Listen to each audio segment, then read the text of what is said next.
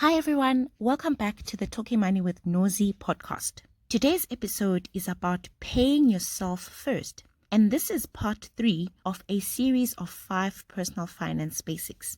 In this episode, I'll explain what paying yourself first means, why you should pay yourself first, how you pay yourself first, and how you maintain the habit of paying yourself first. But before we get started, remember that the information shared on this podcast is for educational and entertainment purposes and should not be considered financial advice. Please consult with a certified financial advisor before making any financial decisions. Back to today's topic. What does paying yourself first mean? Pay yourself first means putting money into your savings and investment accounts first. It means setting aside money for your emergency fund, contributing to your retirement annuity, and investing in assets like shares, unit trusts, or ETFs before paying your bills and discretionary spending.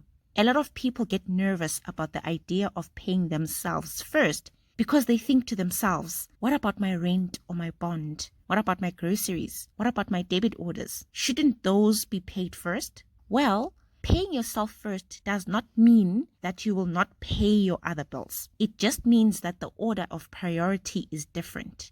You will pay your bills, but only after paying the most important person, which is you.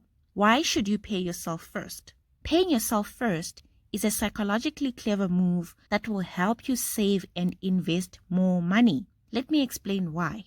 Generally, your monthly expenses fit into 2 categories. The first category is essential expenses, which are your bills that must be paid, like your rent, electricity, groceries, your car installment. The second category is discretionary expenses. These are things that are not essential, like entertainment, takeaways, TV subscriptions, or gym memberships. So when you only save what is left at the end of the month, you are putting savings in the second category, which is the non-essential expense category. This automatically means that depending on your other non-essential spending, saving and investing might not happen at all because you have made it optional. Basically, if you think about your saving and investments only after everything else is paid for, then it's easy to end up with nothing left over to save.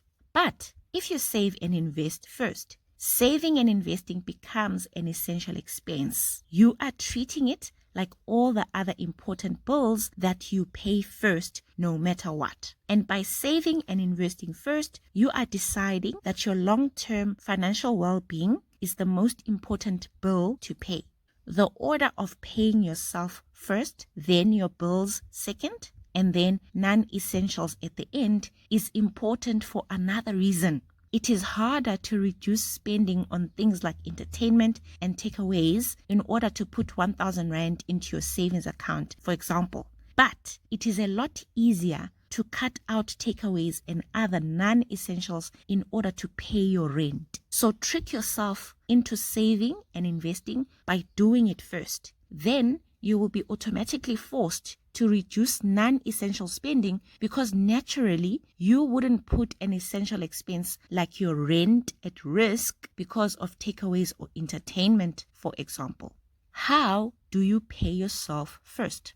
It is recommended that you should put away 25% of your income every month. 10% should go to savings, 15% should go to your investments. But if you have never paid yourself first, I would say start by putting away 1% of your income and increase this by 1% every month. As long as that 1% is going out first before any other bills, you will start to make progress. After 1 year, you will be putting away 12% of your income. And after 2 years, it will be 24% of your income. And because you would have built the habit, saving and investing 24% of your income will be easy as pie. In fact, you might even put away more than 24% as a result. Also, I recommend that you use an app like 22/7 to track your net worth. Every time you save and invest your money, your net worth grows. And seeing this growth is a very powerful motivator that's going to keep you going. How do you keep paying yourself first? How do you maintain the habit? The best way to maintain the habit of paying yourself first is to automate your savings and investments. You can set up debit orders or stop orders to your different savings and investment accounts. Just make sure that the stop orders go off on the day you get paid. This way, the money will never appear in your bank account and you won't have the opportunity to spend your savings and investments on other things. Let's listen to a question that was sent in by Mpumi. Hi, Nozi, and to your listeners. I'd like to get some advice regarding a topic that I've actually never seen touched on before, and that's making withdrawals of investments. So I have an Easy Equities account that I use for my investing. I have some investments that fall outside of the retirement and TFSA investments. So now let's say, for example, I'm saving up to buy a house, but don't expect to buy it within the next 5 years. So I've invested my savings into some ETFs, but eventually the time to withdraw that money will come. Once that time comes, how would one go about determining the tax owed? Not necessarily the tax rates, because those change, but rather, how does one go about determining how much profit they've made in order to determine whether they are below or above the exemption threshold? Do you calculate it based on the first set of shares bought are also the first to be sold, or is there another method? Or does the platform like Easy Equities take care of the admin on your behalf and take the money out of your funds and pay what is owed to SARS? Thank you for the great and informative content, and thank you in advance.